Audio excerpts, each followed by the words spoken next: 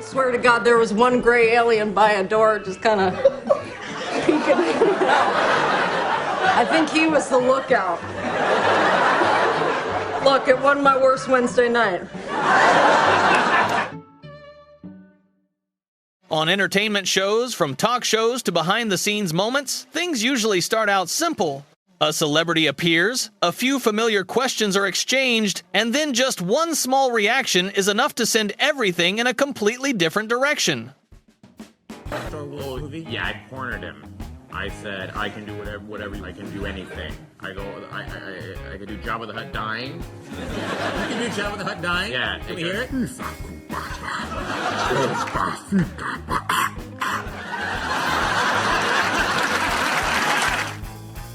One of the host's most easily thrown off rhythm is Jimmy Fallon.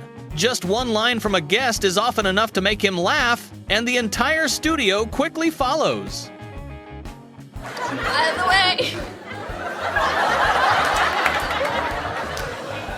the way, it's official.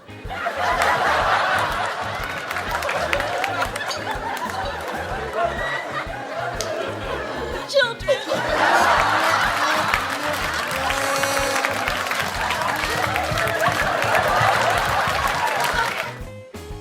From there, the pace picks up when Kevin Hart enters.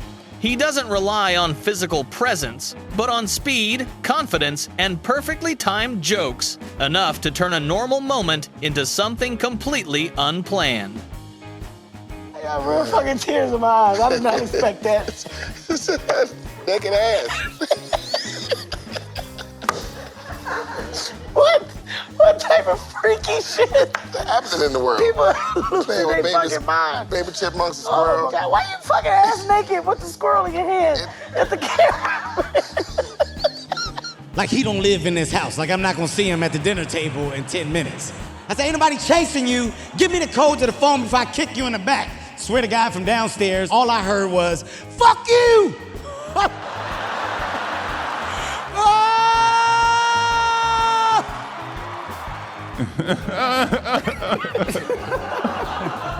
Kevin, what? What is that?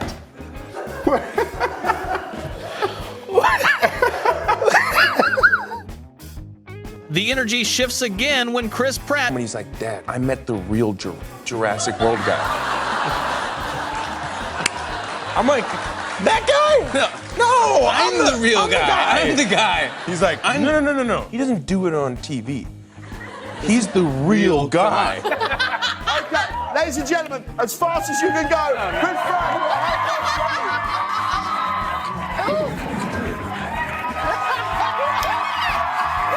You can do it. Yeah. Coming back. Here he goes. Oh my God. Craig Ferguson takes a completely different approach. He doesn't stick to a standard interview format. Instead, he lets the conversation flow naturally, where every response can open a new direction. For anecdotal reasons, sure. You ever been to Edinburgh, Jeff? Oh, hell yeah. I got a place over there. You got a place there? Yeah, what do you do? How often do you get to your place in Edinburgh? Oh, once a year. You should come over. Yeah, I should. What do you do when you get to your place? I'm laughing again. You throw me eats and you go swimming.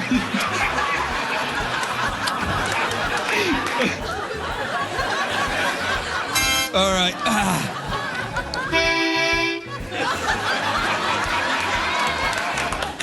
Not who I meant. I'm kidding. Of course, you're very attractive. I love that upside-down head look. Now. So, the guy was trying to be nice and I'm picking on. What the hell is that? Who have I become? Do you like that? I was acting there. Do you like that? Careful, Icarus. Oh, he's all mad because he got a tweet. He got a tweet from someone that said, "Careful, Icarus." Careful, Icarus. But laughter doesn't always come from control. With Jennifer Lawrence, sometimes just being herself is enough to create the moment. Even though she can play heroes, spies, or warriors on screen, in real life, she often finds herself navigating awkward situations of her own making. So as I'm going to do the right thing, I'm not just going to do a hit and run and leave it here. I'll go out and tell someone that there's a problem with their facility. So I went out into the restaurant. I found the waiter. Unfortunately, he didn't speak a word of English. I didn't speak any Spanish. So I ended up having to kind of gesture to this man. It's like, yes, could you just come here? No, leave them alone. Yes, just follow me. I ushered him in the toilet, right? I pointed at my poo. I went to flush. It went down straight away.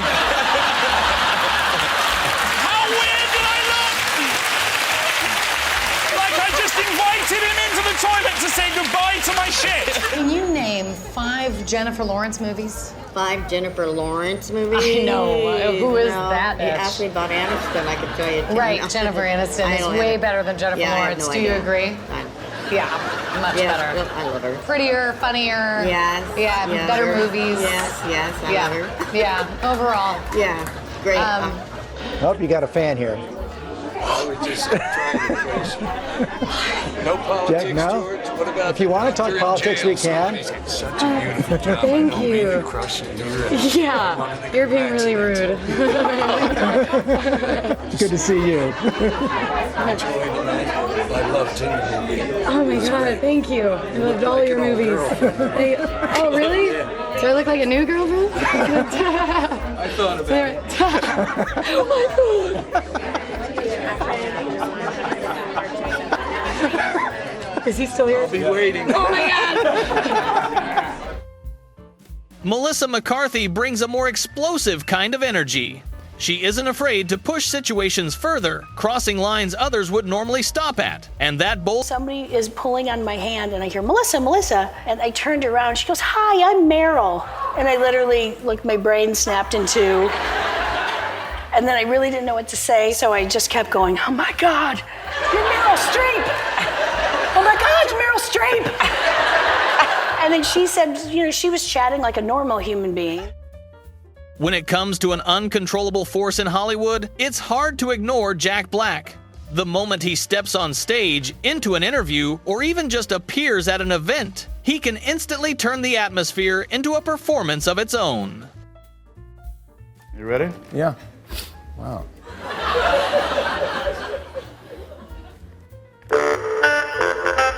One, 2, 3, 4. 1, 2, 3, mother.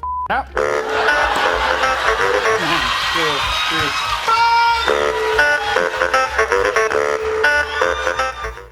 3. If my heart was torn into words to show you feel that your love for me is real, what would you say if I took those words? You'll never laugh, you'll be a flop, you don't have what it takes. Ryan Reynolds takes a lighter but equally effective approach. He often breaks his own polished image, turning self-aware humor into something completely unpredictable. And also, so you didn't just work on the things, you did the voiceovers for some of the trailers. You did I did. the voiceover guy. Yeah, exactly. Yeah, I love that stuff. I do it at home all the time. Drives my wife nuts. It's it's that voice that in a world divided by fear, one man must stand alone. Will Smith, Ryan Reynolds, Catherine Zeta-Jones, Toby Jones, in Graham Norton's Pants, rated R.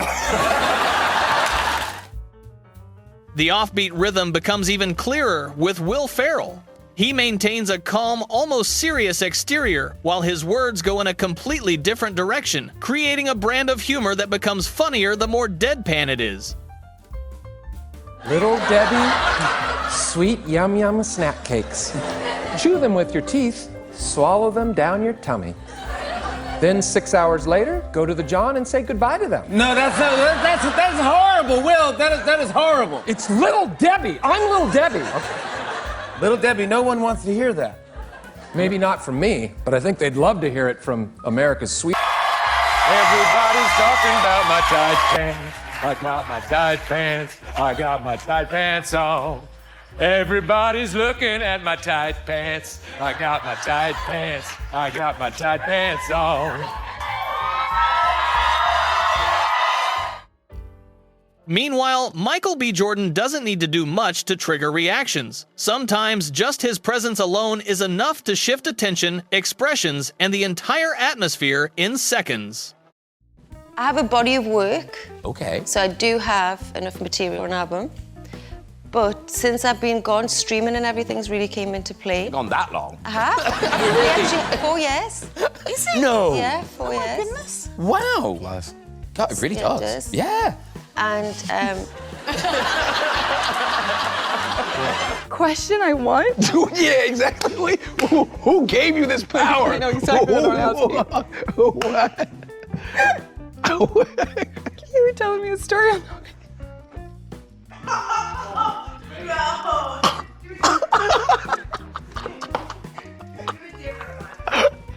Nah.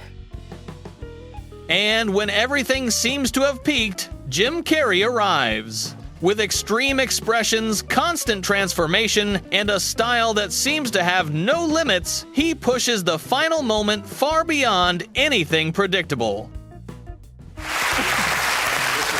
Oh, my same preparation. Okay.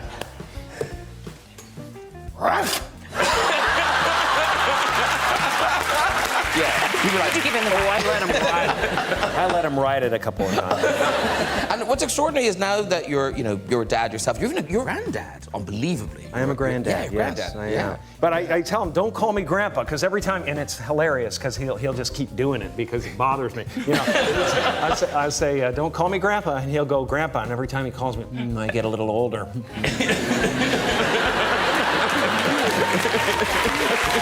I've been trying to tell this to people for years. Really? You know, I've been trying to drill it through their heads, but they don't listen to me, you know? They called me mad.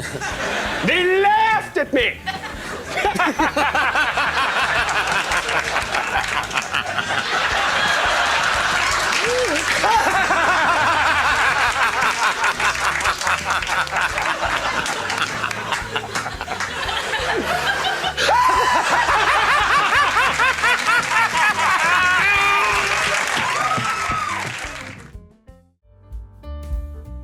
I see you have a cup. You have your own cup. Yeah, I'm fully hydrated. I don't understand why I don't have a cup.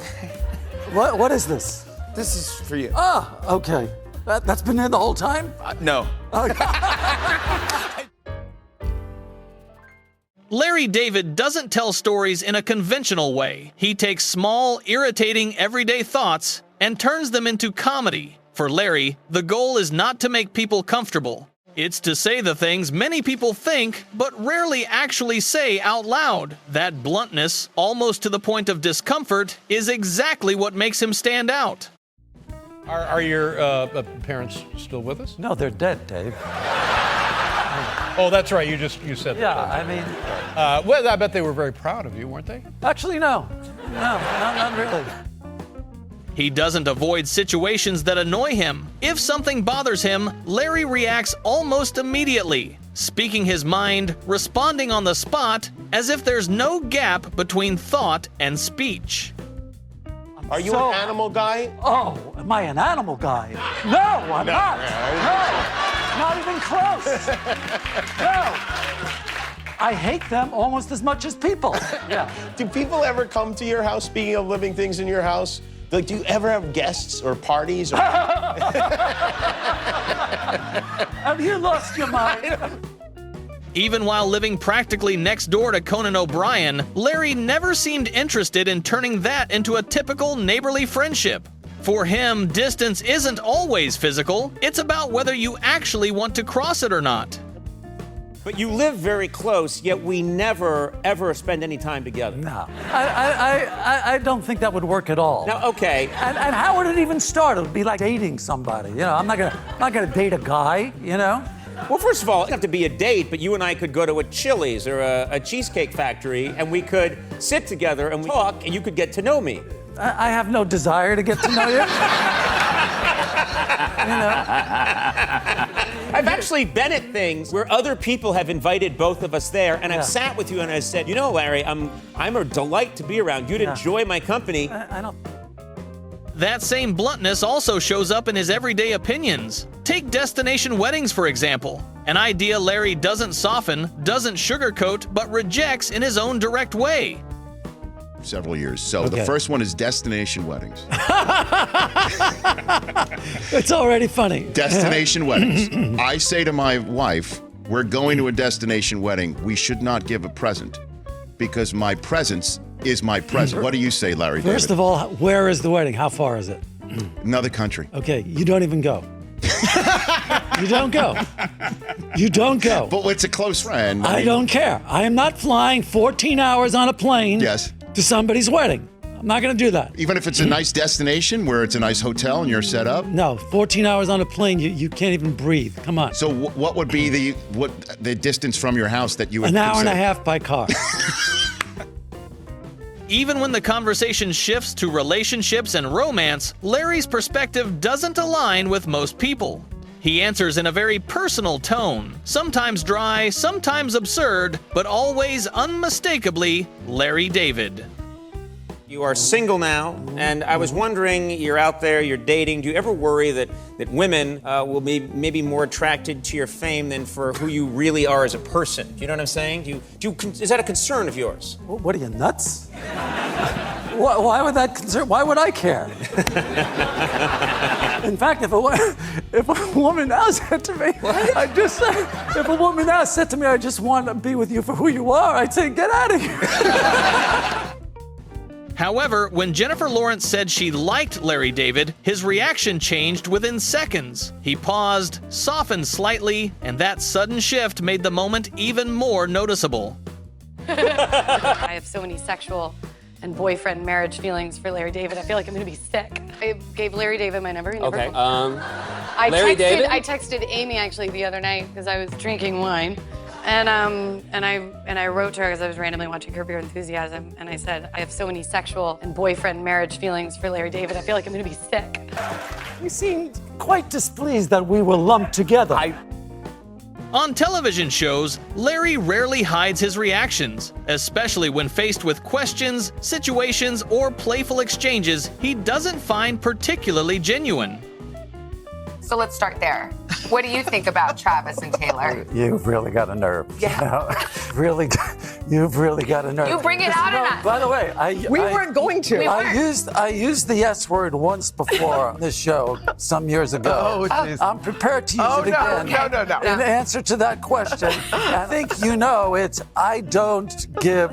Okay. Yeah. Right. A schnoodle. A Yeah, schnoodle. a schnoodle. Yes. Okay. Larry, it's your final season, I know, friend. final season, We're kind yes. of bumming. A little bit of the weather. Oh, this is hard. Yeah, this is a hard job you have. Oh, yeah, okay, go. Let's do the weather out. Okay, yeah. Oh, sunny here. Oh, it's going to be sunny here. It's very cold over here. Up here, it's cold. I mean, come on. You go into all this detail. All you got to do is say, it's cold, it's warm, it's raining, it's snowing. That's it. We don't need 10 minutes up here, okay? Yeah. At one point, the conversation even drifted into a slightly awkward moment when Larry casually commented on a meteorologist's fashion on live TV in a way that sounded harmless but still provoked a reaction. You are so mean, and your glasses are ridiculous. Okay? How do you buy a pair of glasses? Who do you think you are? What are you doing? Huh? I don't know how your producer lets you get on TV with those things.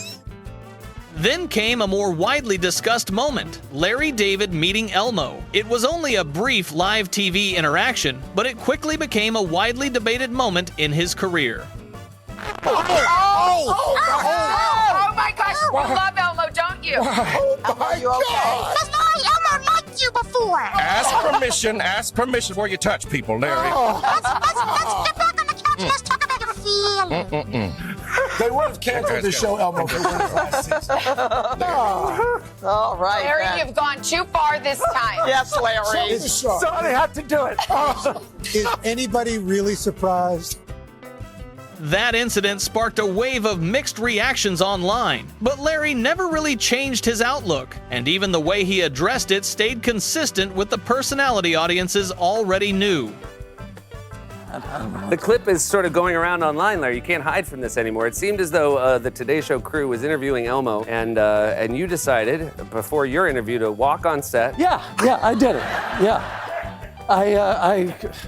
Elmo was talking. Yeah. Okay. I was waiting to be interviewed, and Elmo was going on about mental health, and I had to listen to every word, and I was like, oh my God, I don't think I can take another second of this. And so I got off my chair, and I throttled him.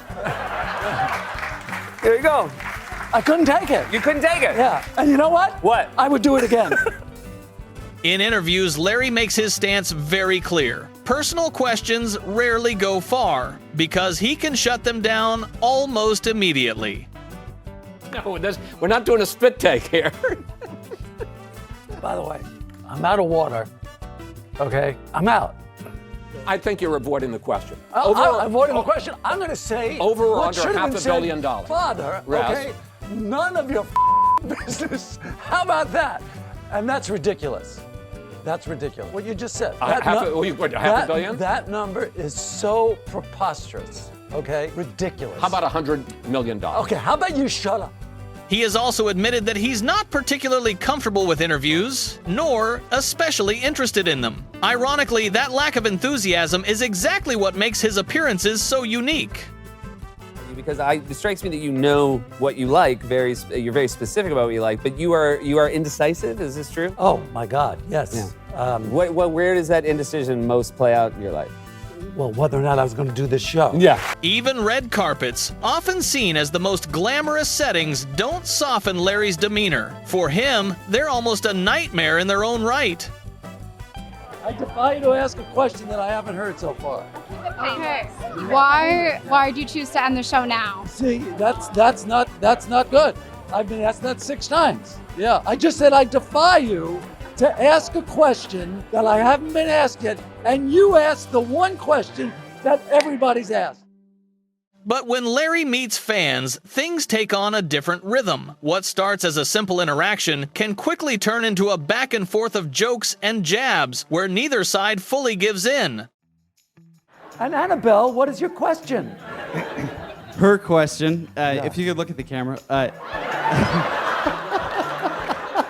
Do you believe the balls on this guy? Jesus Christ. Okay, do you have any other direction for me? What else do you want me to do? Should I? If you want, I mean, Yeah, that's what, okay. her All right, question. ask the question. But really, her question. Yeah. You've answered part of it, but. So annoying. I hate him. Oh, I'm gonna strangle this guy. I can't even look at him. I ask the question so I don't have to look at you. There was even a moment where, during a fan encounter, Larry openly mocked a fan on the spot. No cushioning, no softening, just the kind of reaction people might expect from him. Wondering, when you're coming up with ideas, do you sort of parse it as a...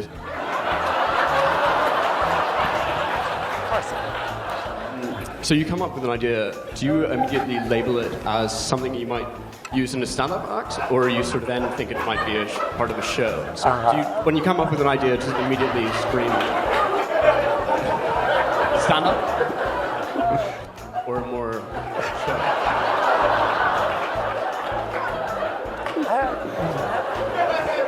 I have to say that you're a bit of a low talker. He also has his own way of handling fans in public spaces. He doesn't try to be overly friendly, nor does he fully avoid interaction, instead choosing a balanced, awkwardly precise approach that's very much his own. When I'm outside and they ask me for a selfie, right.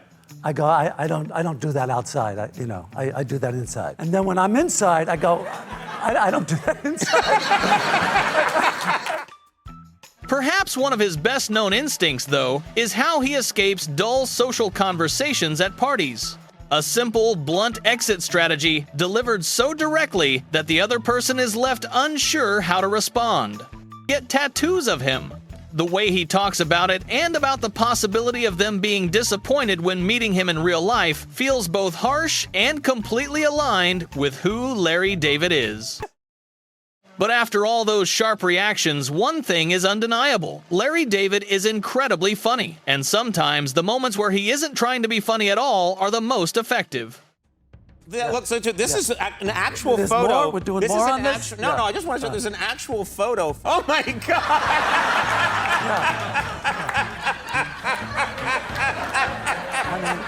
What the? You look horrified. Why would anybody pick that out? There was a time he laughed on stage after accidentally misintroducing Ariana Grande. A small mistake, but the way he handled it made it feel more natural than any scripted joke. Ladies and gentlemen, Ariana. At times, Larry's humor is almost deadpan. He speaks flatly, barely changing expression, but that dryness alone is enough to make people pause and then laugh. Yes, I think this is a problem generally. What's with all the pillows on the couches? I don't get it. Who needs all these pillows? People with back problems? Yeah. No, you only need one, really. You don't need 7. Well, they're decorative, don't you think they add a little flair? Mm-hmm. Yeah, but it's too much. it's way too much. Yeah. All right, Larry. I think there's got to be an overall pillow reduction in our lives. That's what we should work on. Yeah. That'd be your platform if you ran for Yes, there's a surfeit of pillows. And if the question is whether you can talk to the dead, Larry David has his own way of turning even that into something unexpected in his own style. Guy. It's so hard to believe that he's not here. Actually, I talk to him because I feel he's watching me, and I tell him to, hey, leave me alone, keep away, you got stuff to do. I loved him. Yeah.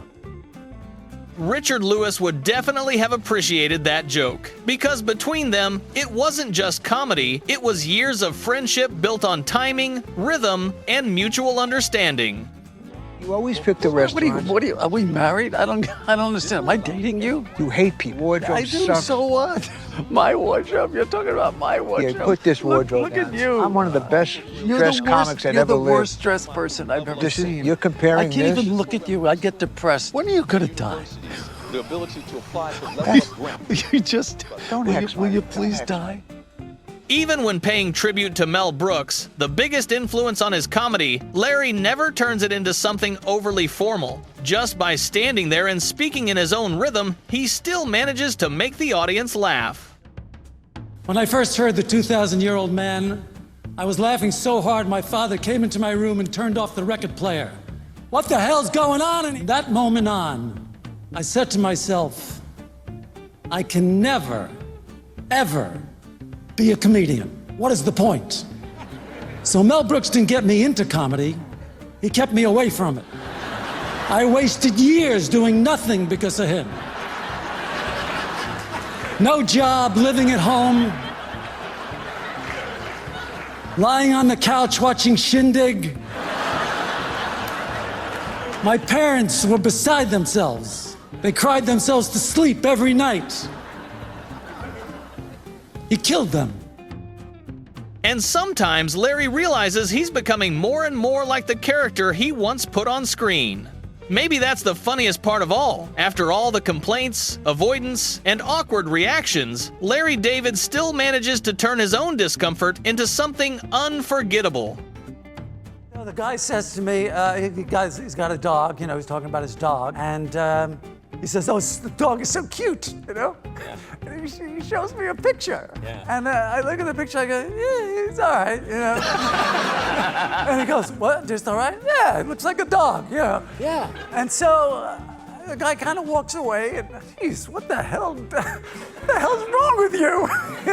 It's What so did you- easy just to go, yeah, cute I know, but I've been influenced by the TV guy. Yeah. And the TV guy Would have done that. Would have done that. That would have been a whole episode. Yeah. So all night it bothered me, and the next day it bothered me, and I had I'm true story. I sent him a text. I'm so sorry.